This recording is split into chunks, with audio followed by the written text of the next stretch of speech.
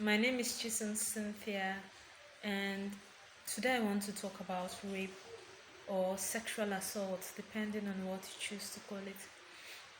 Sadly, recently, all we hear about is this rape incident or that rape incident, and it's rather alarming and worrisome, especially because it begets the question, if this continues to happen at this rate, what does the future hold?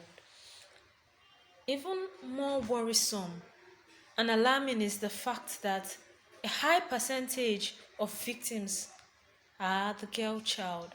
Now, rape in itself, it's horrible, you know, but rape against a child, it's not just heartbreaking, it leaves a dent on that child for life. Even more heartbreaking is the fact that I hear people try to explain rape on the basis of dressing or provocations, be it sexual or otherwise. You know, Frankly, all of this is just mere excuse because the decision to assault someone starts in the mind of the perpetrator. It's just like a thief. He doesn't need to be provoked to steal. Rather, he looks for avenues to steal, he creates avenues to steal and takes advantage of others. More so, how does a child provoke you to rape? I mean, how does one justify being sexually attracted to a child in the first place? Therefore, I would want to plead with parents to consciously create an environment where their children can confide in them. And by parents, I don't just mean mothers or fathers. I mean mothers and fathers together.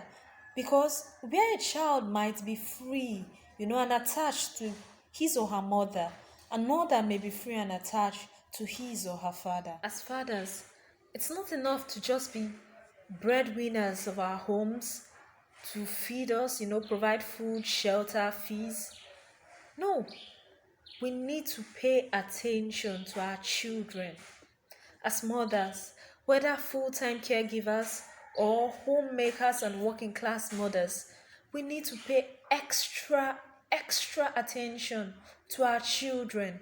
We need to pay attention to what they do when they're alone, to who they spend time with, what sort of games they play, and the slangs of games they play. Because I have discovered that mischievous persons, they they perpetuate evil and give it very funny names, like let's play ding dong and all of that.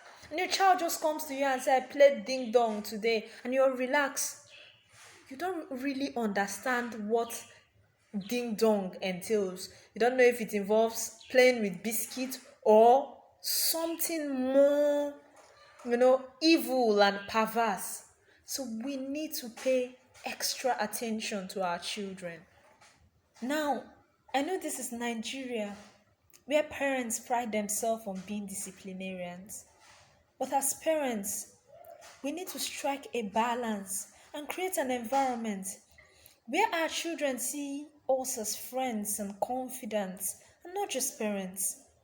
More so, as a society, we need to take the blame for raising up individuals who are rapists and henceforth cautiously make efforts to sensitize our children of the evil that is rape. We need to make efforts to raise up sons and daughters who are not rapists, because these perpetrators of sexual assaults are sons and daughters to someone.